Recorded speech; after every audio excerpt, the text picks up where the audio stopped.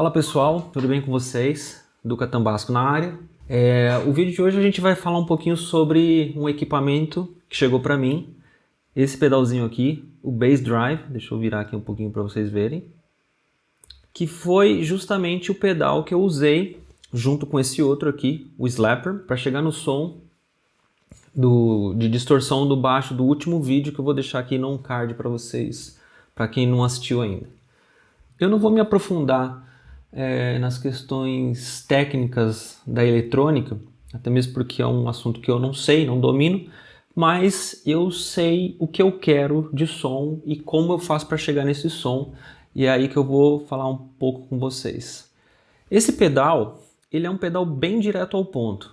Ele faz parte da linha, ambos esses pedais na verdade, eles fazem parte da linha One da Furman, que é uma linha que poderia se dizer uma linha de entrada, mas também uma linha para facilitar a vida de quem às vezes não tem muita intimidade com parâmetros. São pedais bem direto ao ponto. E eles são bem interessantes nesse aspecto porque, por exemplo, eu venho gravando algumas coisas aqui em casa e tenho deixado eles aqui, nesse lugar onde eles estão, porque tem sido um facilitador para eu chegar no timbre. Porém, a gente tem que partir do princípio que distorção ela é uma alteração do sinal natural do contrabaixo. O sinal ele vai entrar no pedal, ele vai ser distorcido literalmente, ou seja, ele vai começar a distorcer esse sinal de uma forma que o idealizador do projeto ele põe no seu projeto, ou seja, com frequências específicas, atenuações específicas e chega à conclusão desse som. Uma vez feito isso, esse som, ou melhor, essa distorção ela vai para um amplificador, vamos pensar assim, ou seja, num palco. E quando a gente está ali na frente do amplificador, a gente ouve o som do ampli e a gente vai vendo como o som está se comportando e dessa maneira a gente vai atenuando um grave aqui, aumentando o agudo e por aí vai. No computador não é muito diferente, porém a gente tem que pensar o computador como se fosse uma mesa de som, porque quando a gente joga para o amplificador, os melhores timbres de... não é uma regra, tá, o que eu estou falando, mas os melhores timbres de distorção, eles são microfonados, porque o microfone ele tem poderia dizer que ele dá uma maciada no som, ele tira um pouco aquela rispidez que é característica do som de linha, né? Vindo para cá, ele vai ter um som, vou até tirar aqui a emulação de ampli, vou aqui compartilhar também a tela com vocês, do Reaper aqui para vocês verem. Eu vou tirar a emulação de ampli e vou deixar o som do baixo sem nada além do jeito que veio. A distorção, compressão entrando nessa mesa de som. Tá? Então vamos lá.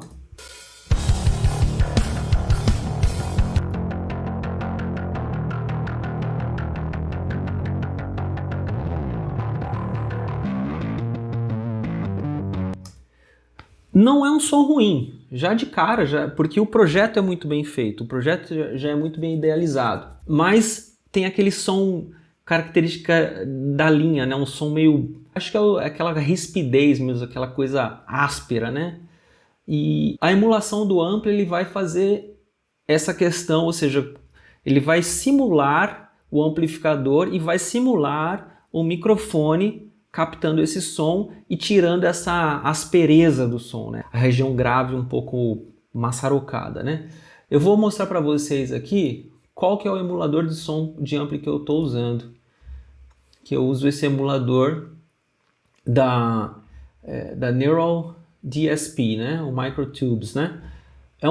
É fantástico esse emulador. E eu já vou chegar num ponto aqui que vai ficar uma dica para vocês na hora que vocês estiverem fazendo o som de vocês, beleza? Então, mas pensa no seguinte, contrabaixo, pedal de distorção, ou seja, distorcemos o sinal do baixo, entrou na compressão para controlar esse sinal distorcido, controlar para não ter muito pico, e depois a gente vai fazer, eu posso fazer uns testes desligado e ligado para vocês verem a diferença de som. Veio para essa mesa de som, que é a interface de áudio, e entrou no nosso amplificador, sempre entre aspas aqui, tá? Uma parte importante do amplificador é microfonação. Vocês já devem ter visto guitarristas microfonando amplificador, por exemplo. Eu convivi a minha vida inteira com o Juninho sendo absurdamente criterioso nessa questão do posicionamento do microfone, a escolha do microfone. Primeiro ele timbra o amplificador ali para ele, posteriormente ele vai posicionando assim, cara, é milimétrico, porque pequenas diferenças da posição do microfone muda muito o som, o jeito que o som se propaga e é recebido para entrar numa gravação ou então para ir para um PA. Então vamos lá, para a caixa aqui. Aqui está a posição do microfone e a gente vai posicionando aqui mais ou menos. E isso vocês têm que chegar na conclusão. Mas além dessa parte ser uma parte muito importante, né, nesse outro falante aqui eu poderia usar aqui o original dele mesmo, né? Aqui, ó, mais para o centro. Esse microfone aqui que é uma simulação de um 57, né? Um Shure 57, e aqui um microfone de fita, um 160, deixando mais para a borda, que vai dar o seguinte resultado. Tá ligado ali? Deixa eu só ver se tá ligado. Tá ligado.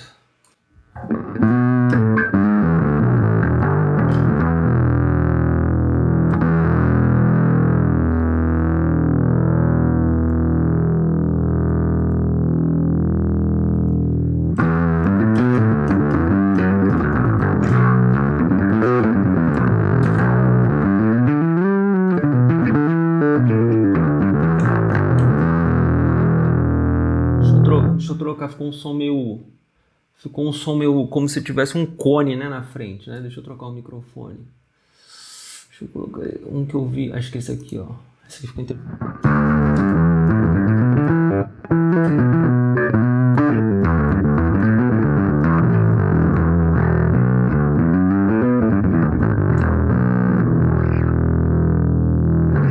Mas o som mais legal porque uma coisa legal desse plugin também é que ele recebe impulse responses também.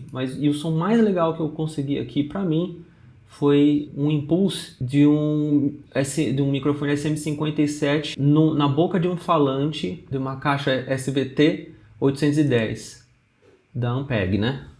Esse para mim foi o som mais legal. Deixa eu aumentar o volume um pouco mais.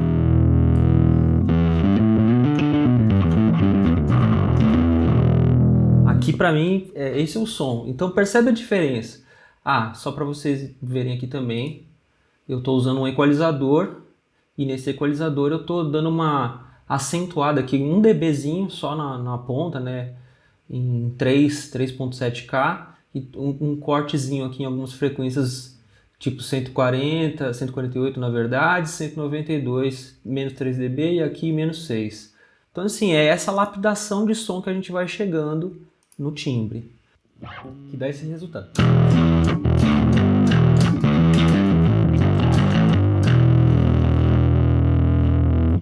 Para mim, nossa, é um som fantástico, né? Ou seja, o som entra, já manda uma distorção maravilhosa, né? Posteriormente, já manda o comprimido lá para dentro e vai dar esse resultado lindo, né? Outra coisa aqui que eu esqueci de falar para vocês. Prestem muita atenção nisso, tá? Na hora que vocês estiverem tanto no PA quanto no emulador de amplificador, que é o meu caso aqui, nos graves. Eu vou colocar bastante grave, vocês vão notar que quando eu começo a colocar, nem bastante, eu vou colocar a grave lá em meio-dia, percebe que a distorção ela começa a perder esse ataque, sabe? Essa agressividade da distorção, e fica quase como se fosse um fuzz, onde você liga um fuzz e você faz um corte de agudo, assim, sabe?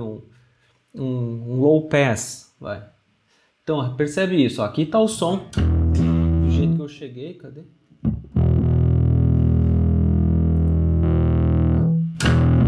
Do jeito que eu cheguei. Tá certo? Tá.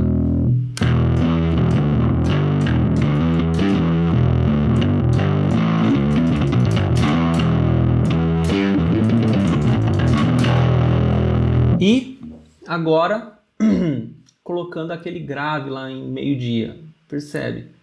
Vou colocar o médio também aqui.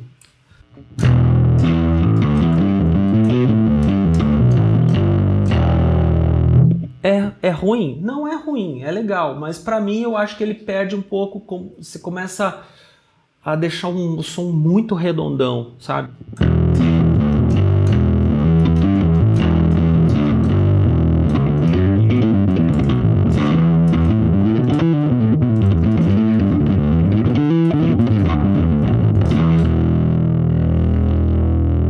Ao passo que, se eu dou aquela tirada, né? Ou seja, eu tirei bastante grave.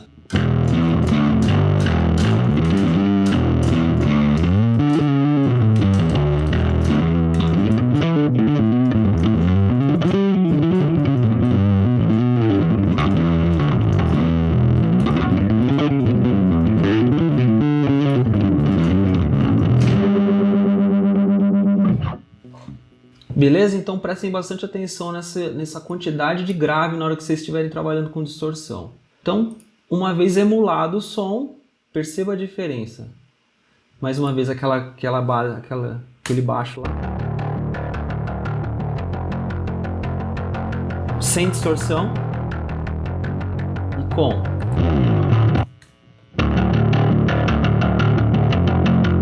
Desculpa, sem distorção e com distorção não. Sem a emulação de amplificador e com a emulação de amplificador. Então, olha a diferença. Tem uma diferença de volume também, isso pode acabar confundindo, né? Vamos fazer um negócio um pouco mais fiel aqui, né?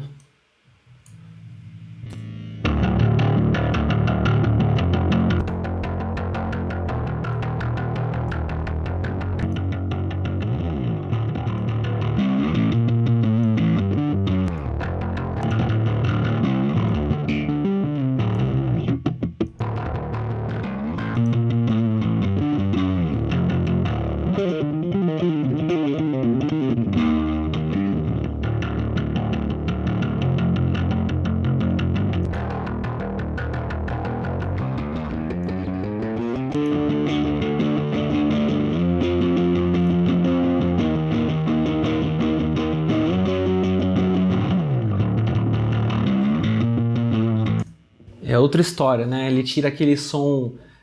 Tava um som meio cônico, assim, como se tivesse alguma coisa na frente, assim, né? Meio fechando, assim. Você coloca o ampli, a emulação de amplificador, ele abre o som, ele tira aquela coisa ríspida, né? Chata, né? Do som.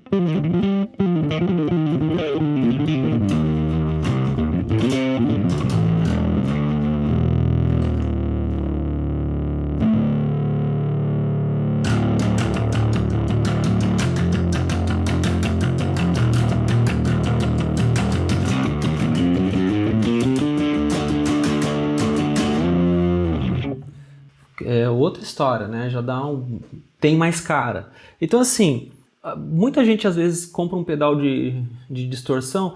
Nossa, meu som tá feio. É porque você tem que pensar nessa cadeia de som até o amplificador, até a sua estação de gravação. E também na questão da emulação do amplificador, porque as distorções clássicas às quais o nosso ouvido se habituou, se acostumou, de sons clássicos como, sei lá, AC/DC, Metallica, Rainbow, Deep Purple, né? Vamos mencionar também de baixo, Rage Against the Machine, o próprio Red Hot Chili Peppers, Billy Sheehan. Todas essas distorções que foram gravadas ao longo da história, os clássicos aos quais o nosso ouvido se habituou, elas foram gravadas dessa forma, foram colhidas de um microfone posicionado na boca do falante, ali na parte do cone do falante. Algumas pessoas, por exemplo, o Muse, de vez em quando eles fazem umas experiências do som da guitarra, né? Do baixo eu não vou lembrar de cabeça, mas a guitarra ligada direto na mesa, daí dá aquele som, parece uma abelha, né? Que por muitas vezes a gente sempre considerou isso muito feio, mas dependendo do contexto, o Muse faz isso de forma emblemática, né? Muito legal. Mas o som o qual a gente está habituado é essa sequência: baixo, pedal de distorção, amplificador, microfone. Posicionou o microfone, ou seja, faça isso corretamente. O sinal do contrabaixo está mandando muito grave, atenua o grave do amplificador ou atenua o grave do baixo, e vai ouvindo a gravação, ou seja, vai dando essa equilibrada. Se você tiver isso em mente, você consegue tirar um som muito massa. Você vê isso aqui, né? aqui no contexto da música, como fica legal, né?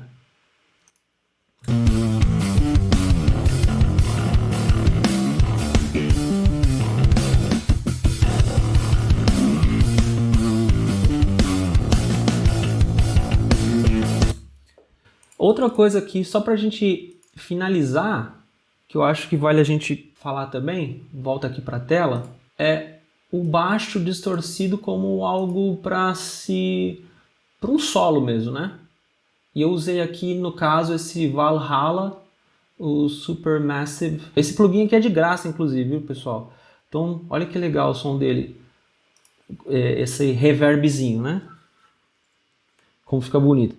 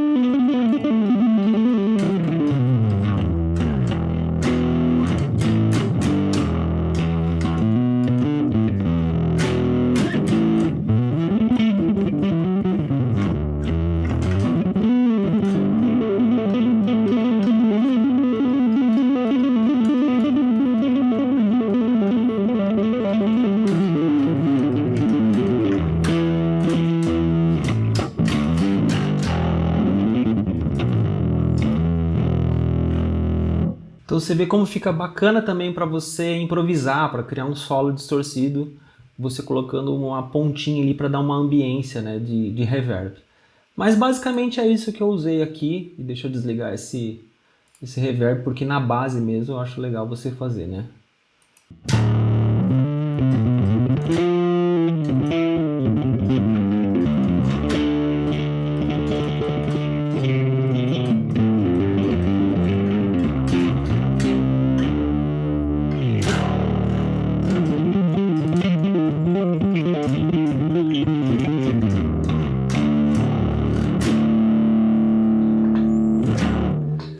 Falei que ia colocar para vocês a diferença sem, acabei esquecendo. Deixa eu colocar rapidinho aqui.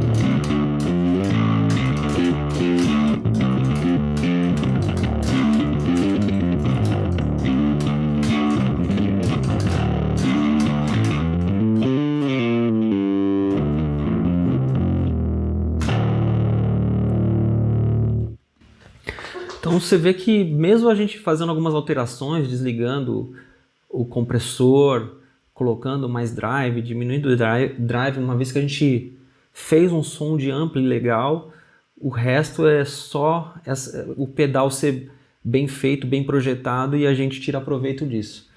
Acho que é isso, ficamos por aqui, espero que vocês tenham curtido esse vídeo e curtindo, deixa o seu like também, os seus comentários, suas opiniões aí, o que vocês acharam do drive e desse caminho, da explicação.